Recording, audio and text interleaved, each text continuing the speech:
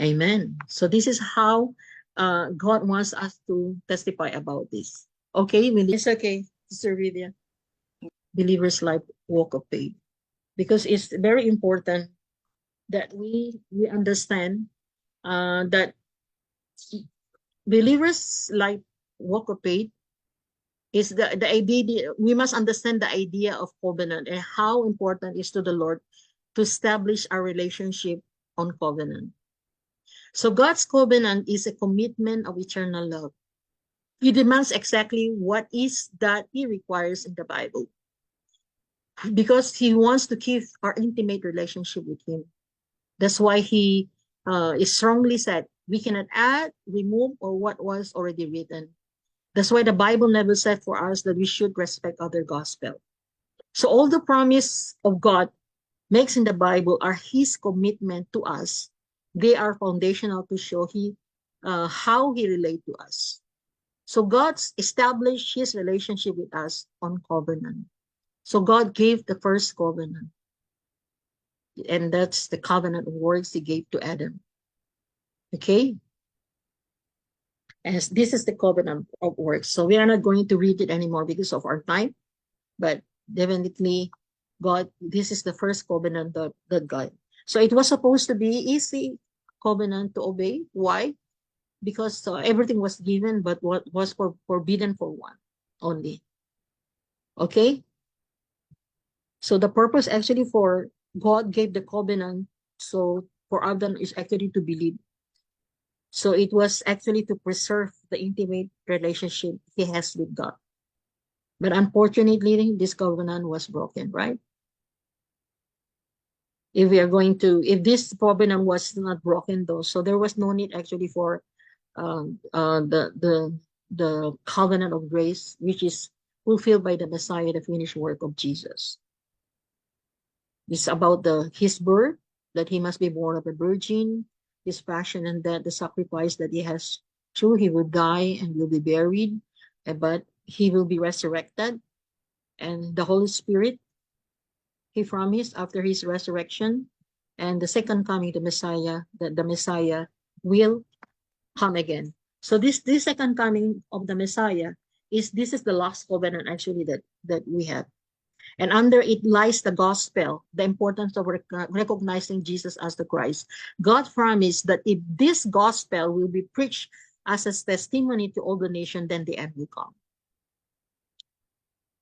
So God's priority is the salvation. He is not willing that anyone to perish. So God chose us, God called us and appointed us and gave us this revelation and strengthen us with his spirit so that we will believe correctly and obey and run the race in agreement with the Holy Spirit.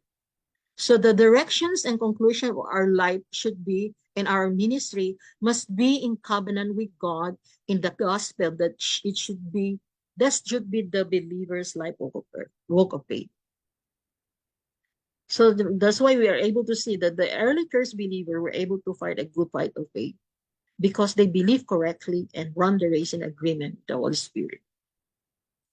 So if we believe this way, if we have in covenant, in an agreement with the Holy Spirit, we will not fall into the same mistake like Adam disobeyed the covenant. Adam actually disobeyed the covenant because of Satan deceived, because of Eve ignorance, and of course because of Adam unbelief. He didn't believe. When he saw that Eve didn't die, so he didn't. If he already believed, even though he saw Eve that she didn't die, but because he believed, completely believed and understand it correctly, then he shouldn't have taken the fruit that it was given to him. So that's the reason why we can see Adam disobeyed the covenant, because because actually of unbelief. And because of that, we can see on Hosea chapter 6, verse 7, like Adam, they had broken the covenant, they were unfaithful to me. There, it says here on Hosea chapter 6, verse 7. So the real problem is actually it's not sinful act, but sinful nature. We do sinful acts because we have the sinful nature. That's what it says on Romans chapter 5. For just as through the disobedience of one man, meaning of because of Adam, many were made sinners, so also through the obedience of the one man, Jesus, that many will be made righteous. So it's through Jesus so we are made righteous, not because of our own, but because of the finished work of Christ Jesus. He didn't come to abolish actually the law, but he fulfilled it. So the early church believer believed in this way correctly. And so they accomplish great things for God. That until today, their testimony and message were served as inspiration to us that obedience is truly possible in Christ. It says on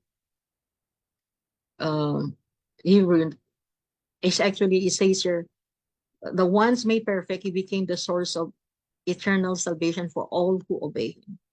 So for all who obey him, he all who obey that in Jesus Christ, um, he became the source of eternal salvation for all who obey him. So this is eternal salvation. You know, this is this talk about the future, the assurance of our salvation. So the life of those now we want to see. Let's look at the lives of the first Christian. Let's look at their lives of the first Christian, what happened to them after believing in Jesus as the Christ. Let's read on Romans chapter 1, verse 5. Oh, sorry. Can anybody please read?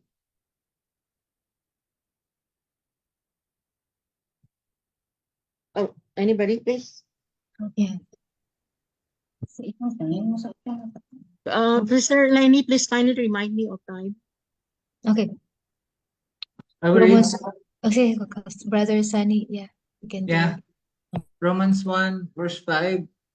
Through him and for his name's sake, we receive grace and apostleship to call people from among all the Gentiles to the obedience that comes from faith. So they were saying about now they are what is we were talking about how they share the gospel. Now we are going to talk about their life after they believe in Jesus as the Christ. Now because they believe in Jesus as the Christ, how what kind of life are they living? How do they testify it? How they what is their testimony? They say it's through him and for his name's sake. So the apostle lived a life testifying to others. They boast by encouraging others that obedience is truly possible the moment we believe correctly. If we have right perception about Jesus, if we believe in Jesus as the Christ, we can obey naturally. They testify based on their personal experience what it meant to believe in Jesus as the Christ.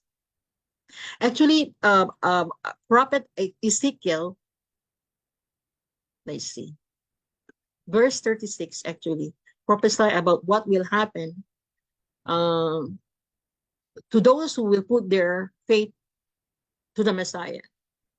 This is what will happen. It is a promise because it says I will, meaning it is still going to happen. It say, I will give you a new heart and put you a new spirit in you. I will remove from your heart of stones and give you a heart of flesh. And I will put my spirit in you and move you to follow my decrees and be careful to follow my laws. So this was prophesied by Prophet Ezekiel, and this has come to pass those who believe in Jesus, who is truly the Christ. That's why it says those who are in Christ, they are new creation. Because there is a new heart and a new spirit. And furthermore, to be able to obey Jesus, the promise, He's put the Spirit in us and move you to follow my decrees and be careful to follow my law. This was prophesied, but this prophecy already had come to pass, but now revealed and made known through the prophetic writings by the command of the eternal God, so that all nations might believe and obey Him. So the Messiah, the prophet Ezekiel prophesied, is now revealed to us that it is Jesus. And God revealed this to us just as He revealed to Peter, so we will have the right perception like Peter. Sorry. We can read on First Peter chapter 1, verse 2. I will just explain it immediately. So you see, let's look at Peter. Although Peter denied Jesus 3 times, and he has many ups and downs, but because Peter is one of the chosen of God, he has right perception who Jesus is. So Jesus has responsibility, personal responsibility to pray for Peter, intervene for Peter, cleanse Peter from his sin. It says here, cleanse Peter from his sin by sprinkling of blood through the sanctification work of the Holy Spirit. So God has chosen Peter for the purpose. So Peter may completely believe and he will strengthen the brethren. So through Peter, many will believe correctly and will be able to obey completely. So this is it. How it means the life of those who believe in Jesus, that He is the Christ. This is how they were able to obey. Their obedience is not based on their own. It is based on their faith because they believe. Because God wanted us to believe completely, to obey completely. Say, once our obedience is made complete, and we'll be ready to finish every act of disobedience once your obedience is complete. So actually, when Paul wrote this, his priority is to see that the Corinthians believers completely obeying Christ for their godly direction on how to overcome the struggles and battlefield of their mind.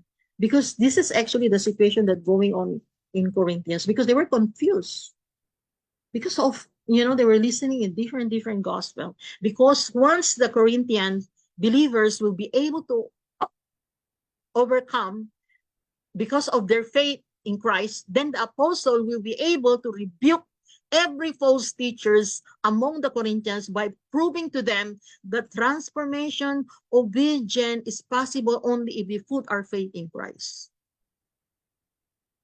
That's why it is important what we are preaching today. This Sunday, what we are preaching, next Sunday, the purpose of our preaching. We will be preaching everything what is written in the Bible, but it has always to come to the purpose why the Bible was written.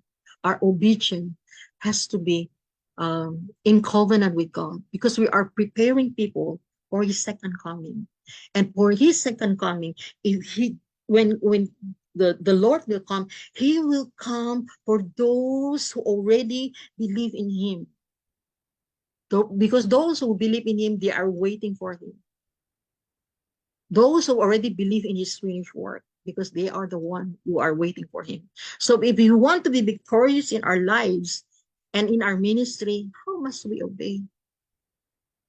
Because when we talk about complete obedience, then we talk about so many things like do's and don'ts. There are so many do's and don'ts that we are going to do, so many law. So how are we going to obey that? No, God is not talking about that. He already done it. He already suffered and died for that. He wants us to believe only, and then He will change us. He will transform us naturally without struggle, because we are His children. We are no longer, in the influence of Satan. If we believe in Jesus that He is the Christ, we become children of God. So naturally, if we are already children of God, God will transform us, So how must we obey? Make it so simple. How must we obey? Believe and obey Jesus as the Christ. Then we are going to read some of the verses here. We are going to read it. Then Jesus said to his disciple, if anyone would come after me, he must deny himself and take up his cross and follow me. So believing and obey Jesus as the Christ is not about salvation and forgiveness of sin only. Otherwise he would already snatch us immediately to heaven after believing. It's not about that only. But also, while we are still alive, while we are still here, to trust him to break the power of sin in our lives. So we will no longer live for ourselves. And we have to take up the cross, rejoicing in the finished work of him at the cross and follow him. Everything was done for us so we would come. And then deny oneself and be crucified with Christ. To deny oneself is not actually giving up of things, but giving up of ourselves wholly and completely to the Lord Jesus. Allow him to be our Christ, allow him to be our Lord. That's why Apostle Paul says, it's no longer I who live, but Christ in me. So Romans 6 verse 6 tells us, for we know that our soul was crucified with him, so the body ruled by him by sin might be done away with, that we should no longer be slave to sin. So I must fully surrender my whole self to him. If I want to stop sinning, I have to surrender myself also to him and allow Christ to be my Christ and be his slave. That's the only way. Because knowing that the world holds nothing of value that can transform us. So that's why Apostle Paul is saying here, we have to crucify with him. For what? So that the body ruled by sin might be done away. And that's the only way. I must completely admit that I can on my own. I absolutely need the Messiah. Because Galatians chapter 5, 24 tell us, those who belong to Christ Jesus had crucified the sinful nature with its passion. Paul wrote here that those who belong to Christ gave up trying to defeat their sin on their own. Amen. Instead, with gratitude, we perform a kind of execution of our sinful desire, knowing that Christ came in our life as a true king to destroy the work of darkness. As the true priest, he destroyed the sinful nature and passion in our life for his holy name's sake. That is why Christ, as the true prophet, gave us the power of his spirit so we can win the battle against our sinful desire, so that all those who live no longer live for themselves. That's why he died for all. For what? Why he died for all? For what purpose? So that those who live should no longer live for themselves, but for him who died for them and was raised again. This is actually also what actually Prophet Ezekiel was telling. So those who trust in Christ have been set free. The only thing now is we must allow the Holy Spirit to lead us. And because it's the work of the Holy Spirit to transform us. So we would be able to completely obey the purpose and will of God. We must imitate as what Apostle Paul says.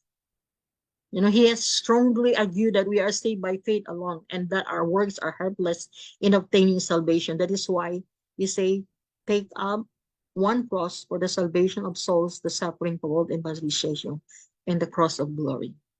Because along the way, it is the glory of the cross. Even if it would mean we will face persecution. This is not suffering, Take up one cross for the salvation of soul. It is the glory of the cross. Because along the way, not everyone will actually agree with us. For the message of the cross is foolishness to those who are perishing, but to us who are being saved, it's the power of God. So they will insist telling us that there are still other means of salvation. That's why, secondly, we have to value the salvation of every soul. We have to value. If we cannot finish world evangelization in our days, if we are not going to value every soul, we must have passion of Christ in our life. Paul said, imitate me for I imitate Christ. And Jesus gave his instruction to his disciple for us to be able to finish world evangelization, to accomplish victorious. Jesus told this to his disciple, those who follow Jesus, he says, come follow me. Jesus said. But this instruction is also for us. This is only what we need to do. Come, follow me. And this invitation of Jesus, when he says to them, come, follow me, Jesus said, and I will make you fishers of men. This invitation of Jesus to join with him in his ministry, Christ was always moving forward, and his invitation was always to follow him on his path. You know, when Jesus spoke again to the disciple, he said, I am the light of the world. Whoever follows me will never walk in darkness, but will have the light of life. So those who follow Christ in truth may stumble in darkness, but will never perpetually walk in it. This is Jesus' promise. Jesus promised to us, Emmanuel is with us. He says, on John 12, verse 46, I have come into the world as a light, and so that no one who believes in me should stay in darkness. That's why Jesus' instruction is only he tells us to follow him. Following him means we are following God. God with us, Emmanuel with us. So if Emmanuel with us, we have to live with the Lord. Because he is already with us. We are no longer alone. We are no longer alone. Since we are reconnected back to God, this is the good news. We live with the Lord. And we also live for the Lord, according to Romans 14, verse 8. You know, and also everything we do, whether we eat or drink or whatever we do all things for the glory of God. And the glory of God is we believe.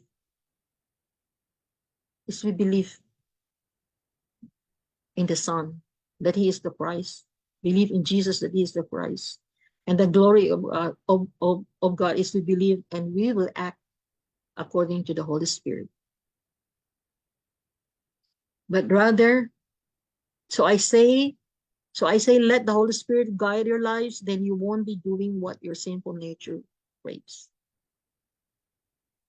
Amazing, right?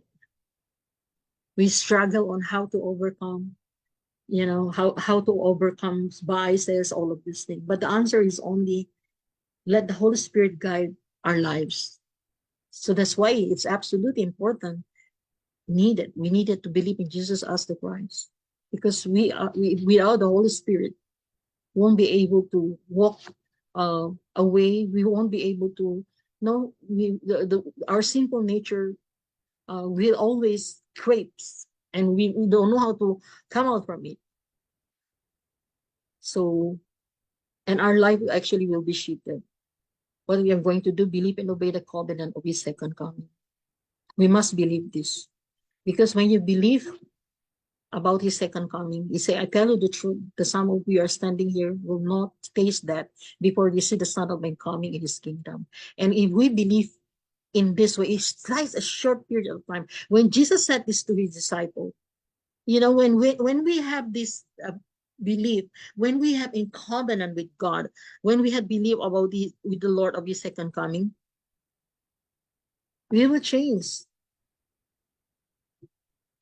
You know, our life will no longer be concerned about things here on earth, but we will be concerned about what he had promised. That he said, I tell you the truth, some of you are standing here will not taste that before the Son of Man coming in his kingdom.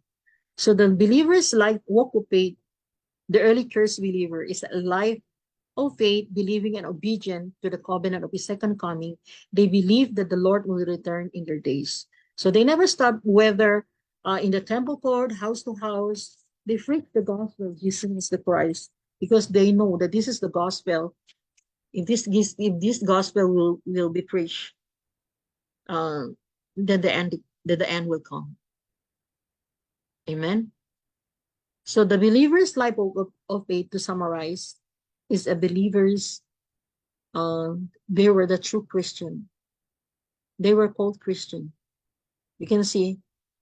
And when he had found him, he brought him to the Antioch. So it was that for a whole year they assembled with the Christ and taught us. A great many and the disciples were first called Christians. They were called Christian because they resembled Christ. They were soldiers of Christ. They saw Christ in them.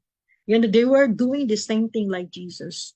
So they were called Christian. They were not called Christian because they say they were Christian. The people saw they are full of faith. They were good, filled with the Holy Spirit. They saw Emmanuel. They saw Christ in them. They belong to Christ. They resemble Christ. They are soldiers of Christ. They were not ashamed to confess their faith in Jesus, that He is the Christ. So as a result of their faith, many numbers of people were added. This is how world evangelization can be fulfilled in our generation. We are to be believers who is going to continue the work of the early church believer. So I will end here with prayer. And if there's some error of my English or error that I say, I can assure you that it's me. It's not the Holy Spirit. I try the best that I can, that I will be able to share this in English. And I'm so limited actually in English. Some people thought that I can speak English, by the grace of God actually. But to speak how I see the rest, how they share it. So I really apologize. But one thing I can assure all of you who are here, that it is really truly important that we must have the correct faith, right belief, because we are going to work in agreement with the Holy Spirit. We must have in agreement with the Father and the Son, the Holy Spirit, to preach this gospel in one faith, in one conviction. Because the work to testify the Father, Son, and the Holy Spirit, the work to testify the gospel of the Bible is the work of the Holy Spirit actually. And may God bless us. Maranatha, we're gonna have our next year, which is the evangelism, and the second coming of the Lord is gonna be on our next meeting. So thank you everyone. Maranatha, Jesus is the Christ. Love you all.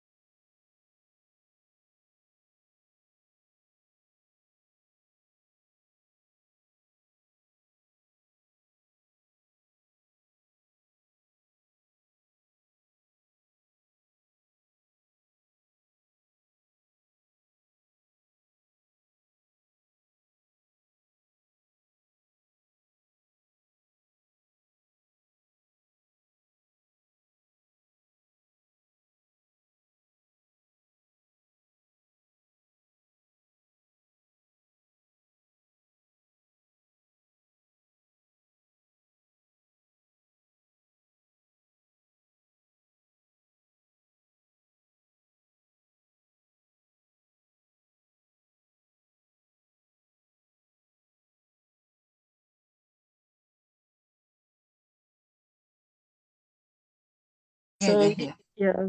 So may we come to acknowledge that we will both accept in the cross of our Lord Jesus Christ, through which the word has been crucified. You know, this is what Apostle Paul faith, the faith of um the true believers, the first Christians. This is the believers' life walk of faith that they both accept in the cross of the Lord Jesus. So that's gonna be the next lecture that we're going to have.